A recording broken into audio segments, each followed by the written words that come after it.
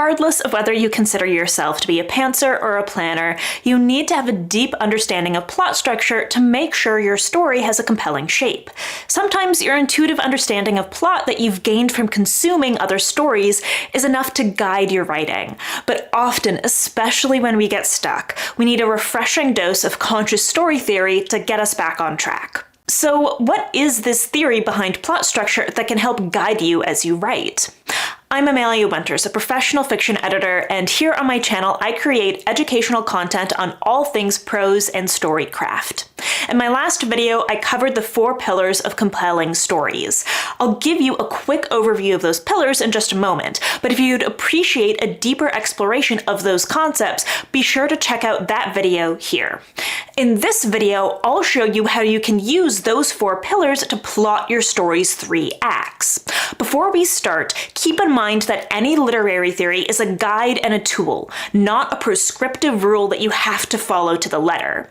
The structure I'm about to outline has flexibility. Just keep in mind this quote from Picasso: "Learn the rules like a pro so you can break them like an artist."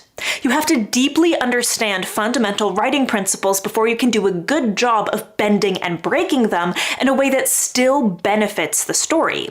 So if you want to play around with story structure, go for it. Just make sure you deeply understand what makes story structure compelling first. That way you know what you're doing and won't accidentally go breaking the story itself. Alright, with all of that out of the way, here is a quick summary of the 4 story pillars you should settle on before you start plotting specific events. All stories start with something called a driving narrative question. Your story's beginning should pose a question that the middle explores and the ending answers. We call that question the driving narrative question. It's what motivates readers to keep reading. In tandem with the driving narrative question, your protagonist should have a clear external goal that they are trying to achieve throughout the story. The 3rd pillar is your driving thematic question. The stories that deeply impact us are the ones that help us explore questions about what it means to be human. You can think of a story's philosophical focus as its driving thematic question. This thematic question should relate to your protagonist's internal goal. A character's internal goal is the underpinning motivation behind their every decision. Characters may or may not be aware of their internal goal, but it still fundamentally defines who they are as a person. An internal goal could be to be in control of one's own life, or to protect the innocent and vulnerable, or to gain the security of always having more power than everyone else around you. These are the 4 pillars of plot that will naturally give your story its 3-part shape. But what is this 3-part structure I keep referring to? There are a bunch of ways to talk about story shapes. Aristotle liked to call the 3 parts Act 1, Act 2, and Act 3. Todorov liked to call the 3 parts equilibrium, disequilibrium, and new equilibrium. But philosophers aside, I find it most practical to think of the story's 3 parts as the question, exploration, and answer. You can also think of these 3 parts as simply the beginning, the middle, and the end. The beginning asks the narrative question, the middle explores it, and the ending answers it. That's how a story's 3 acts work in very broad strokes. Let's now look at the specific plot beats that fill these 3 acts. Act 1, the story's beginning, has 3 parts: the hook, the inciting incident, and the end of the beginning. To make the reader care about the story, it needs to start with introducing the main characters, the setting, and the status quo. The protagonist often feels unfulfilled by some aspect of their current life situation, but their status quo is also largely safe and stable. That's why even though the protagonist wants some change in their life, they'll be hesitant about doing anything that could jeopardize their current safe, or at least stable, situation. To make this exposition interesting, you need to present it in a way that hooks readers. I've seen a lot of writers talk about how you need to start the story right at the inciting incident to hook the reader. The risk with that approach is that the story will then jump into the action without giving the reader enough time to become invested in the characters. If the reader isn't invested in the characters, the story won't feel as intense, and the reader won't have a deep emotional response if a central character is in danger or dies. The craft of writing a good hook is worthy of a whole video on its own. For now, I'll just say that a good hook does 2 things. It piques the reader's curiosity, and it makes the reader interested in the characters. You don't need to start with the inciting incident to do that. If you do start with the inciting incident, make sure you still give the reader enough time time with the characters to get invested in them before Act 2 starts. The inciting incident, introducing the threat. Next, an event happens that threatens the status quo and launches the protagonist into the story's first dilemma. This incident will introduce at least some aspect of the story's central antagonistic force. But most importantly, this event offers the protagonist the opportunity to go on a journey that could give them personal fulfillment that they currently lack. In other words, this event offers the protagonist a new external goal that also gives them the opportunity to fulfill their deeper internal goal. But the presence of an antagonistic force makes this new path dangerous. The protagonist can only pursue this new external goal at the risk of destroying their stable status quo.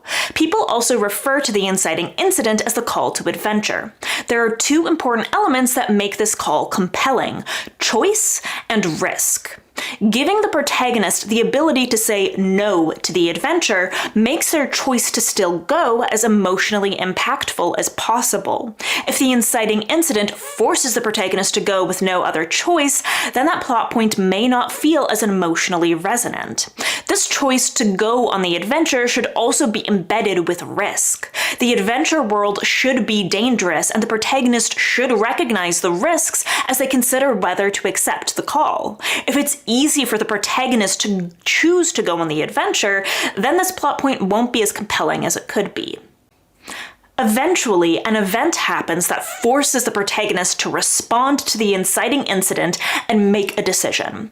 If they choose to go on the adventure, which they inevitably will because otherwise there wouldn't be a story, the choice will propel them through a door of no return. They will travel out of the stable normal world and into the unstable adventure world. This unstable adventure world is filled with the potential for both peril and triumph, destruction and growth. The only way for the protagonist to return to a stable world is to see the tumultuous journey through to the other side. The protagonist accepting the call to adventure is the moment where the story firmly establishes and poses the driving narrative question. In its most basic form, the driving narrative question is always this: will the protagonist overcome the antagonistic force and achieve their external goal? The end of the beginning should firmly establish three things: what the protagonist's goal is, what kind of antagonistic forces are standing in the way of achieving that goal, and what is at stake should the protagonist fail. Without clear protagonist goals, the story will feel aimless. Without a clear antagonistic force, the story will lack conflict. And without clear stakes, the story will lack a sense of urgency and importance. All three of these aspects are necessary for a story to feel engaging and interesting. Act 2, the middle. The middle can be one of the hardest parts of a story to write. It's easy to think of the middle as just a series of exciting events that happen before the final climax, but that's not a helpful framework. Throughout the middle, the reader needs to feel like the story is going somewhere. To create that sense of momentum, the central characters need to actively pursue their goals in every scene, and as they get closer to their goals and struggle along the way, the stakes also need to increase. These two elements are the keys to writing a delicious and gripping middle. Here are the key structural beats that give the middle this engaging shape of both rising action and rising stakes. The first pinch point, the protagonist's initial response to the antagonistic force. The protagonist reacts to the events in the end of the beginning as they pursue their internal and external goals. As a result, a significant event happens that adds more conflict. This is often a point in the story where the protagonist fails in some way. They're still figuring out how to manage this new chaotic world. They often don't fully understand what it will take to achieve both their internal and external goals. They may even have some kind of destructive or inaccurate belief about how the world works that is holding them back from making the right choices. Some sort of failure throughout the middle's plot points will help teach the protagonist lessons they need to learn in order to overcome the antagonist later in the climax. These middle plot points are not just a series of exciting events. They're necessary stepping stones that give the protagonist the insights and tools they will need to succeed in the final climax. The midpoint, raising the stakes. Halfway through the story, an event comes that reinforces the story's goals and stakes or serves as a key turning point. This turning point will usually force the protagonist to change their approach to dealing with the antagonistic force, often transitioning the character from a reactionary approach to a proactive approach. The protagonist has often not fully grasped the lesson they need to learn to overcome the antagonist, but they are beginning that process of growth and change that will eventually allow them to achieve their goals. The second pinch point, the protagonist's response to the increasing conflict. As a result of the protagonist's response to the middle turning point, another significant event adds more conflict. Just like in the first pinch point, this event has two potential outcomes. The protagonist will either succeed in getting closer to achieving their goal, or they will fail. If they fail, that failure will give them the opportunity to learn a lesson that they'll need in the final climax. The beginning of the end, the moment of darkness. As the protagonist is reaching for their goal, an event usually happens that strips the characters of hope. In the aftermath of the event, the characters will briefly sit in a terrible calm before the storm. They only have the resources left for one final push. This space of darkness marks another point of no return. The unstoppable final conflict will be the definitive moment where the protagonist either succeeds or fails at their ultimate goal. Instead of a call to adventure, the protagonist now faces a call to confrontation. In the moment of darkness, the protagonist accepts this terrible call and walks through the final door of no return. And now we come to Act 3, the end.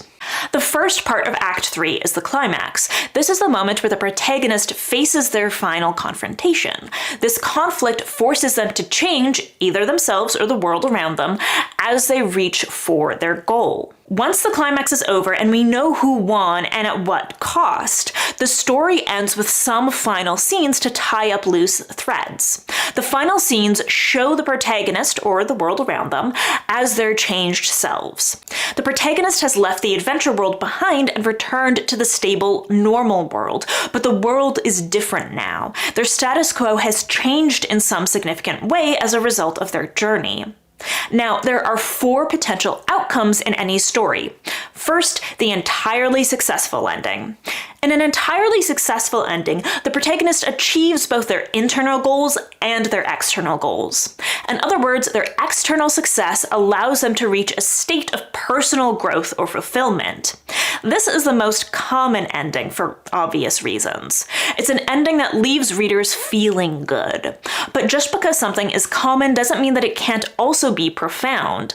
In well-written stories, the protagonist still had to go through a difficult journey of peril and discovery to reach this success. When done right, stories with entirely successful endings both feel good and feed the reader's soul. Second, the bittersweet ending.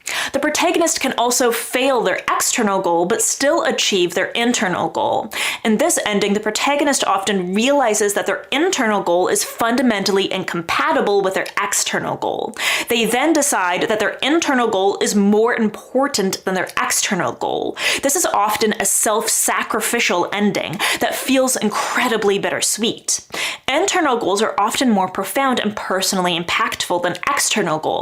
As a result, this may be one of the most palatable of tragic endings. The true success did come, it just came at a very high cost.